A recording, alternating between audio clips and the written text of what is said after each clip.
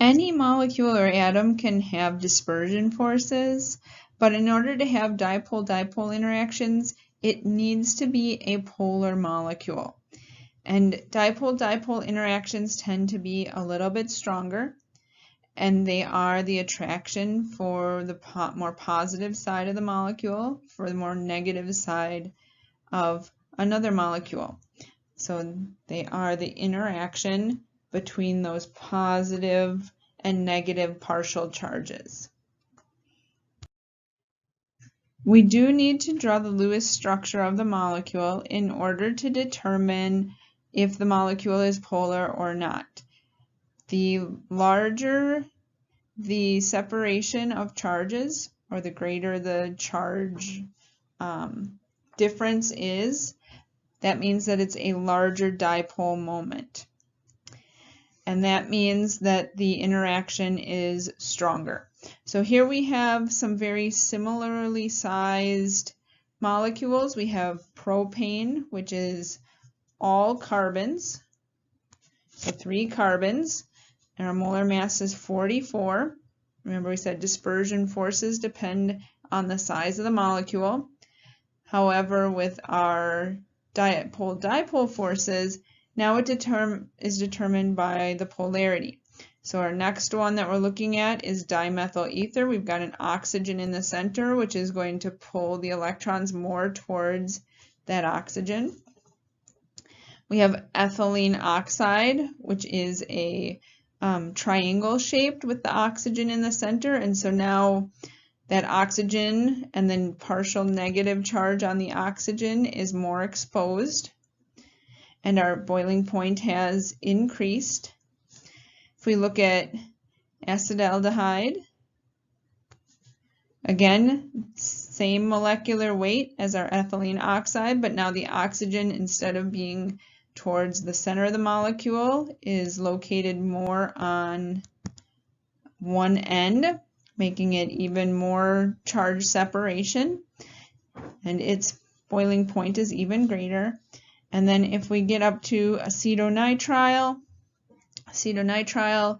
now we've got a nitrogen on the end as opposed to oxygen. It has even a larger dipole moment and a higher boiling point. So again, the Lewis structure is important to help us determine what that charge separation is. So here's an example. Let's determine if dipole-dipole attractions occur between dichloromethane. So we do have to draw our Lewis structure in order to figure out if it is a polar molecule. So let's start by adding up the total valence electrons that we have.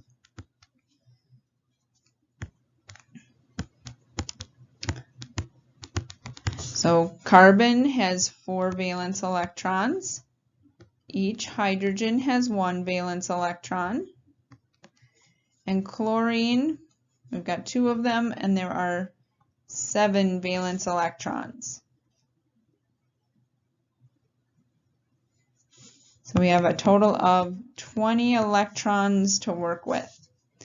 Our carbon is going to be in the center. The least electronegative element goes in the center. Hydrogen cannot be in the center because it only can make 1 bond.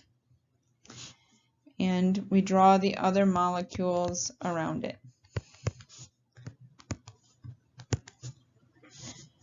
We add a single line to represent a bond. Each line is 2 electrons. We subtract that from our total. We've got 12 electrons left. We want to fill our outside octets. Hydrogen is happy with 2. And so we fill the chlorine's octets. That uses all of our electrons available. Check. And everything has an octet except hydrogen, which only wants 2. So is this a polar molecule? Well, remember, we have to think about it in 3 dimensions. And so it is going to be tetrahedral,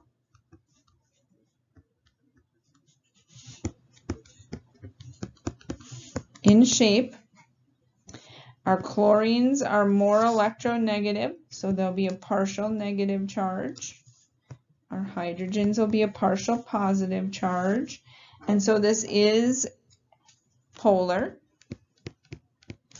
which means that we will have dipole-dipole.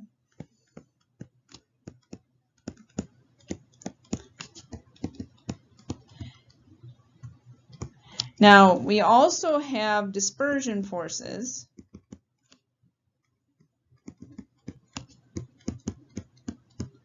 But the larger contributor, the stronger force is going to be our dipole, is going to be our dipole-dipole interaction.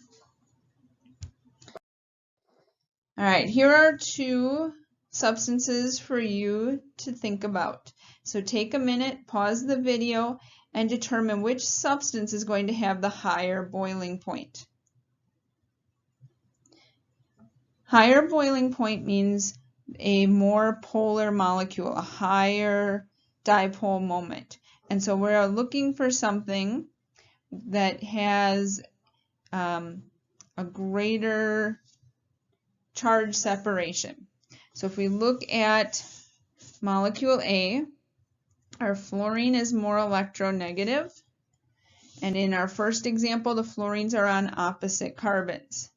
In our second, they are on the same carbon. And so this is going to make the second molecule have a larger dipole moment, a more a stronger partial negative charge because both of those fluorines are on the same carbon. The larger the dipole-dipole interaction, the higher the boiling point.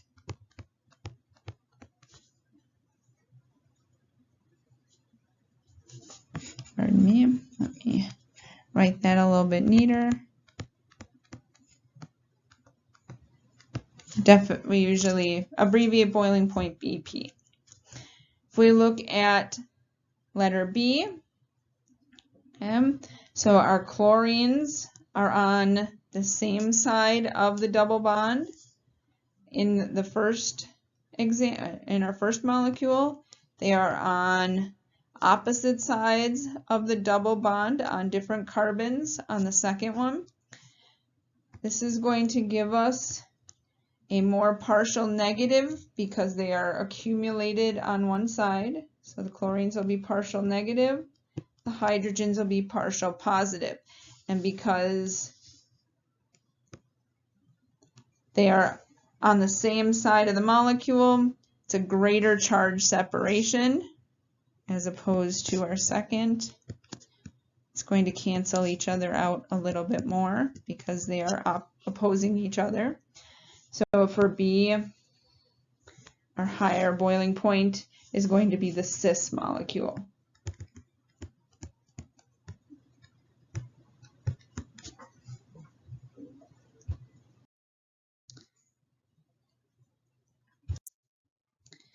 Okay, the attractive forces also determine the solubility. This is because when we think about solute and solvent molecules, we need to remember that like dissolves like. Okay, so this is a little bit different than when we were looking at our ionic compounds and we had a list of solubility rules. Here we're looking at polar versus nonpolar. So if both substances are polar, they'll dissolve in each other.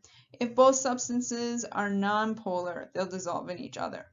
But if it's one of each, then they do not dissolve.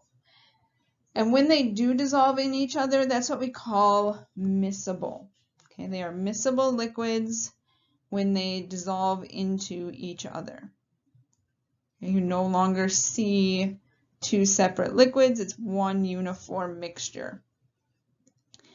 So polar substances, these are things that contain higher electronegativities. They pull the electrons more towards them.